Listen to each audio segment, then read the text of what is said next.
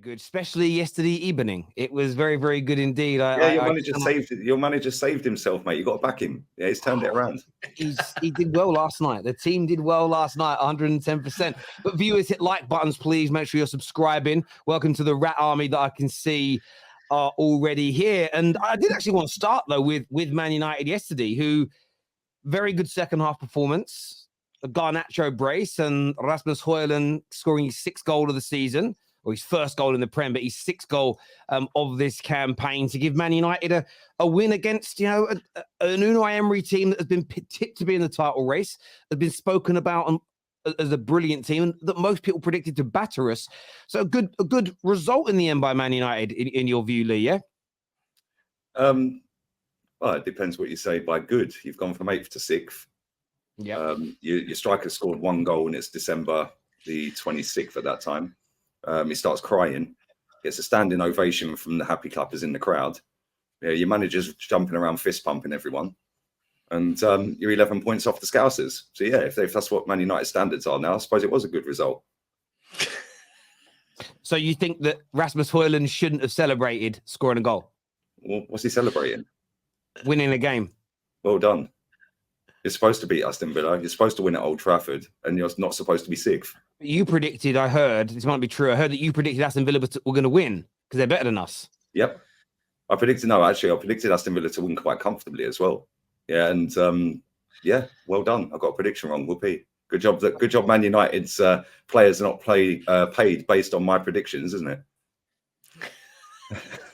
I mean, so genuinely, like you don't think Man United players should celebrate winning games? What are they celebrating? They've been an absolute disgrace to the badge all season. It's your worst start to a season for about 80 or 90 years. Okay. So what are they celebrating? Winning the game. Sorry, you're 6th in the table. Yeah, you've lost 8 games out of 18. That's awful, yeah. Yeah, and you've got the same. Well, you still got a minus goal difference, and you've scored the same amount of goals as Luton Town. What are you all celebrating? Yeah, the way that stadium was yesterday was embarrassing. Yeah, and that's exactly why you're lumbered with the Glazers. Yeah, because all of them people that were clapping and jumping around and screaming and shouting, cool, enjoy a win, fantastic. Yeah, but it was like you've just gone top of the table on the final day of the season. Yeah, you've got a striker that's getting paid 80 grand a week who scored 1 goal in 4 months. Yeah, and look at the celebration. He's giving it all I'm here, mate. Where have you been all year? Yeah, you've dumped it. You've scored your goals in Europe. Well done. You finished bottom of your group. First time Man United have conceded that many goals in Europe. First time they finished bottom of their group for probably in their entire history in that competition. Yeah, absolutely been embarrassed left, right, and centre by dead teams all season. Yeah, and you're running around celebrating like that. And then the manager's celebrating, fist pumping, and giving it all to Bertie at 2-2. I mean, no disrespect, you shouldn't be going 2-0 down. Regardless of my prediction, you should not be 2-0 down at home to Aston Villa. Yeah. You shouldn't be 2-0 down to anyone at home.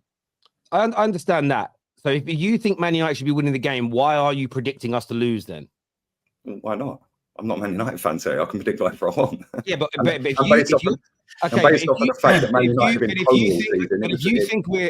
you think we're good enough to win, why are you not predicting us to win games? Why are you not saying we're a good team? Where did I say you're good enough to win? Which is why I predicted a loss. Doesn't mean it's a massive achievement that you've beaten Aston Villa. You're Man United Football Club. You're the biggest club in England that are absolutely on their knees, dead and buried as an institute.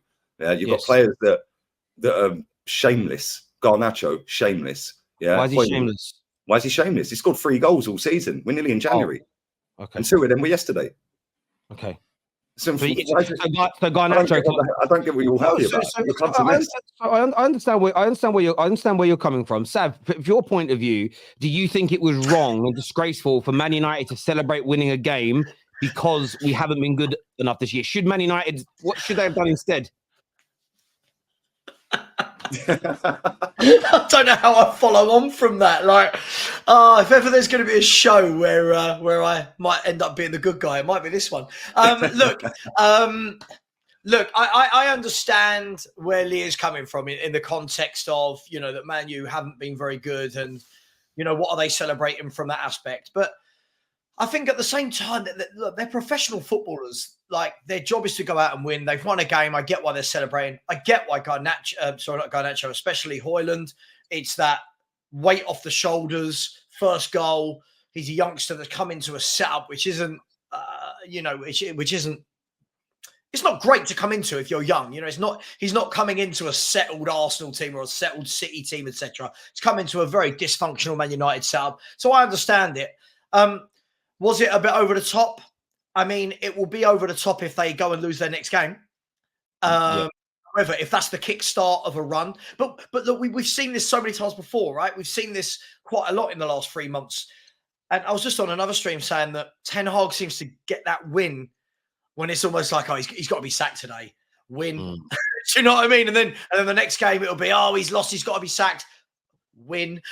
So look, I get it. I get what Lee's saying. And look, that's Lee has that outlook on football, right? I don't think I'm wrong in saying this, Lee. Lee, if people are proclaiming their clubs are big and they're paid all this money, they should be winning these games. Therefore, the celebrating shouldn't be over the top. It should be, this is a standard. So I get it, but in the context of 90 minutes, it was a good comeback, but it was poor that United found themselves in that position in the first place. So look, it is what it is, and I'll sit a little bit on the fence on this one.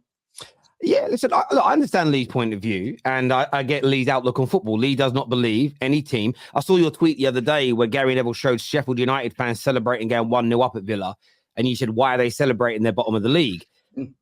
I thought to myself, well, they were celebrating because at that point they were winning and they wouldn't have been bottom of the league. But I get Lee's point of view, which is unless you are top of the Premier League at the end of the season, you shouldn't celebrate goals or wins. That is when you're a Sheffield right? United fan that's gone to Aston Villa on an away trip, your team are rooted bottom of the table, you've scored a goal, and you're all jumping around celebrating. Well, you should be right in that you sold your 2 best players, one to a rival in Burnley, and your owner didn't spend any money. Why are you all celebrating? You're bottom of the table, you're getting relegated.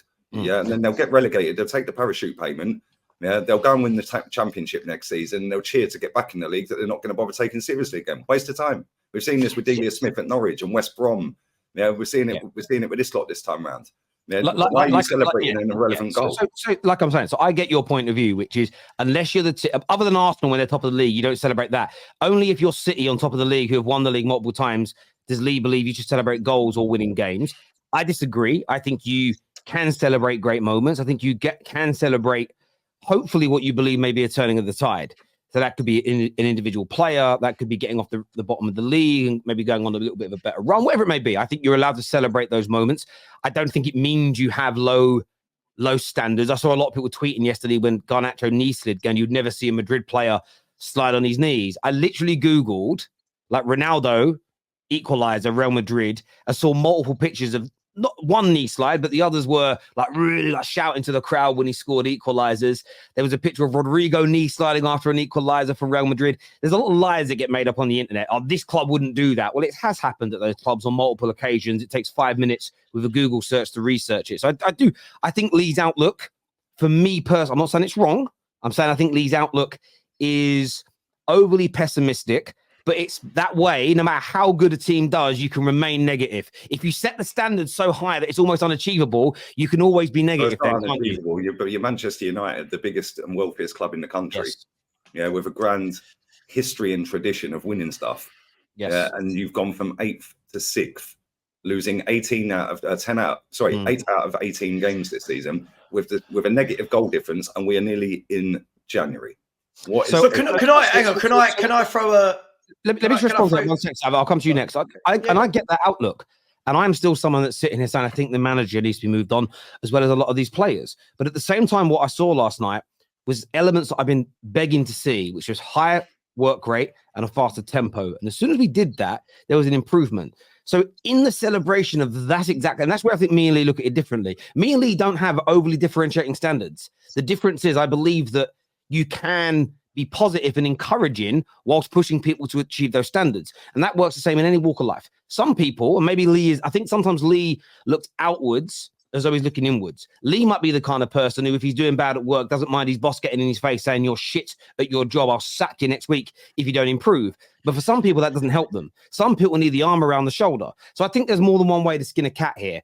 I do have the same standards of Lee, but I will look at things and go, right, last night was exactly, with the second half, let me rephrase that, is exactly what I want to see from Manchester United on a more regular basis. So I'm going to hold them to that standard from this point. That is what I want to see almost week in, week out. You've proven you could do it. But I'll also celebrate and join in on that moment. And I don't think celebrating and joining in and encouraging your players is something that goes against standards, where the players go, do you know what, guys? All we have to do is win one every game every now and then, and the audience, fans will love us. I don't think it's as basic as that. But Sav, what are you saying, mate? Sorry.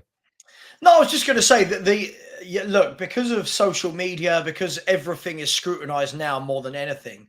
Imagine if they didn't celebrate. Imagine if Rasmus Højlund didn't get that worked up and the United players didn't celebrate at the end. All you would have now is a whole internet of people going, see, the players don't even care. The players aren't playing for them. The players don't care. True. So yeah. It's kind of like, I don't know what, look, for me, I always think you should celebrate. If you're scoring a goal, celebrate. I think there's levels to it. I think sometimes that we've seen it with Klopp. Sometimes Klopp celebrates an away win, goes to the other end, gives it the big, like they've just won the World Cup or something. But look, I think it's, for me, it's a non-issue, but, look, I don't know. I feel that I don't feel as strongly as Lee about this. And you are right. I'm not saying Lee would do this, but the LG Love United Hate Glazer accounts, if he wouldn't have really celebrated, would have gone in the other direction and said it showed he doesn't really care. Right. So, and I've noticed that because when you ask those individuals, and I've asked a few a question ahead of time, so what would it take for you to support this person? They can't give you an answer because they don't want to be backed into a corner. So I'm going to try this theory on Lee. When, in your opinion, can Rasmus Højlund start scoring goals? What does he need to do before, in your opinion, he's right to celebrate goals? What does he have to do before you'll go, do you know what? That's fair now. You can celebrate. What's the standard? Score more than one goal in 4 months. Okay, but so I'll give you an example, right? But you mentioned about his age, or Sava mentioned about his age. Sorry, that he's a young striker. He's 21 in a couple of weeks. He's 21 in February or March, I think. He's leading the line for Manchester United, and he has scored 1 goal in 4 months. Yeah, and then he's celebrating like he's just won you the title. Yeah, I'm sorry, mate. Find a bit of self-awareness. Isn't that relief, though? Yeah. Can I just ask? Isn't that relief but you can have relief. Yeah, there's other players in this league of similar ages, yeah, or around a little bit older, maybe, yeah, that are equally as bad, gone on mad runs without a goal. You don't see them celebrating like that. Yeah, Man United players are shameless. Yeah, look at Garnacho shushing the Copenhagen and Galatasaray fans, then going on and not winning the game. Yeah, and to be fair, he did it again. He did it the first time against Copenhagen and lost. What are you shushing for? It's Copenhagen, mate. Yeah, no disrespect. You should be battering them, and then you go on and lose the game. You then go to the next away game in the Champions League. You score again, and you start shushing the Galatasaray fans, and then you don't win that one either. Yeah, no self-awareness. I do get that, Lee. But to answer the question specifically, what does Rasmus Højlund have to do? Name me an amount of goals in the next 4 months that you think's enough for him to be able to celebrate. He can celebrate whenever he wants, but at the end of the day, I want to know what he has to do for you not to criticize him for celebrating. I'd love to get your personal opinion on that, Lee. You can get my personal opinion on it, Terry. The fact of reality is, I couldn't give 2 flying Fs whether he scores 1 goal or billion and 1 goal. But you do, because you do care because you criticize him. So what's it going to take? I'm criticizing Man United. I'm criticizing Man United, the size of the football club, the size of the fee, the player that you've got, yeah, having no shame whatsoever. Yeah, no self-awareness whatsoever, and going on like he's Cristiano Ronaldo, just scoring a winning goal to fire you to a title. Yeah, when he scored 1 league goal. Oh, I understand that because you're saying it because you care, but I'm asking you, say he celebrates like that again. What would he have to have done? What would he have to have done for you to turn around and go, I understand the celebration? What is it he has to do? Go and win the title. Go and win a cup. Do that in the cup final. Do that in the cup final. Cool. Terry, do that in the cup final. No problem with it. If you're scoring a winning goal in the cup final, yeah, go and do that. You've just beaten Aston Villa at home to go 6th, 11 points off of Liverpool. Yeah, minus goal difference. Scored the same amount of goals as Luton. So until it's in a final or a goal to win the Premier League, he can't celebrate, and Garnacho can't knee slide. You can try and put words in my mouth all you want. I couldn't care less. I'm trying to understand. It's not a word. No, I'm trying to get a straight answer. But that's not what I want to know. I couldn't care if he celebrates or not. What I'm saying is, you do care. You do care because you're complaining about it. You care because you're complaining about it. In the final, yeah. So you've heard it here first, ladies and gentlemen. You can only celebrate goals if it's in cup finals. Other than that, no more goal celebrations. Can I ask a question? Come on, Lee. Can I ask a question, Lee? From your point of view, what would have been if we point, forget Man U, if we point purely at Rasmus Højlund, what do you think would have been an acceptable level in your mind, an acceptable level of celebration? get the ball out the back of the net, give it a fist pump with the ball under your arm, and walk back and run back to the centre circle and put the ball down, which is what Garnacho should have done when he equalised. Yeah, instead he's knee sliding across the pitch, mate. What? Go and get the ball, mate. It's 2-2. You're not winning, right? I understand that. By the way, I wanted to ask you though, Lee, about that game as well, and we'll get into United in a minute. What of Unai Emery? Media started talking about him being in a title race, and ever since then, he failed to beat Sheffield United, failed to beat a very poor Manchester United. Is this Unai Emery's bottle going once the pressure comes on again, in your opinion?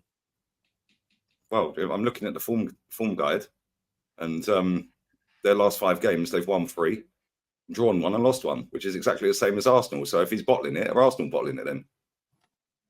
Okay, did Arsenal lose? It's the same form. I'll answer, but it isn't, because they play different teams. The question is, have Arsenal, in your opinion, dropped points to a team like Sheffield United and lost a 2-0 lead and lost 3-2 to a team in disarray like Man United? Have Arsenal done that, in your opinion? Well, we dropped points to Aston Villa. We lost to Aston Villa, Terry. We lost to Newcastle, Terry. But I'm asking you this question because you said at the time that Unai Emery is a superior manager to Arteta. You've been praising Aston Villa. I'm now asking you, a team that you say is better than Arsenal, should have better form than them. Hold on. When did I say Aston? Don't put words in my mouth again. When did I say Aston Villa are a better team than Arsenal? When have I ever said that? Well, I'm only going by the fact that you're praising them for where they are, but you don't praise Arsenal. So maybe I assumed wrong. But generally, but not according to you, you don't think they're good enough. So how are they meant to be there? Arsenal by name. This is where we but you don't judge a team by name. You judge a team by how good they actually are, though, don't they? You judge a team by how good they are, not their name. Hold on. I support Arsenal Football Club. Yeah, not the players that are on the pitch, mate. Yeah, because players come and go, Terry. Yeah, it's Arsenal Football Club. Yeah, the club is the star, none of the players. Yeah, big up Kenny Ken. The club is the star. So when you're sitting there saying, I think Unai Emery is a better manager than Arteta, yeah, trophies tell me that, mate. Yeah, trophies tell me that. Unai Emery's won how many? Cool. Yeah, thank you. Now you're saying that I think Aston Villa are a better team than Arsenal. When have I ever said that?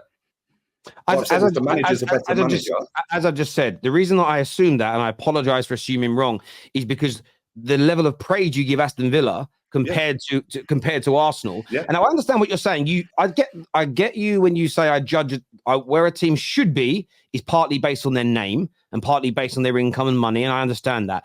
But when it comes to predicting what a team's going to do, you do the same as everybody else. You predict based on how good that team it actually is. So my point is, I've seen you praise Aston Villa far more than Arsenal this year, which would make me believe, because you only praise teams that you believe are winners and you don't care about irrelevant wins. So I just thought your praising of Villa was because they were better. That's why, my friend. Hold up. Wait a minute.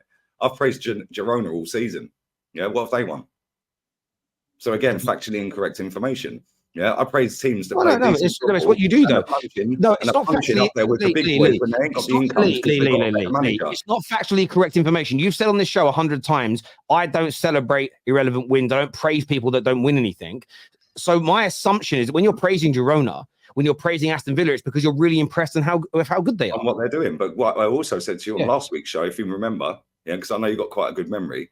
Yeah, last week I said if Aston Villa don't win anything this season, he should be sacked.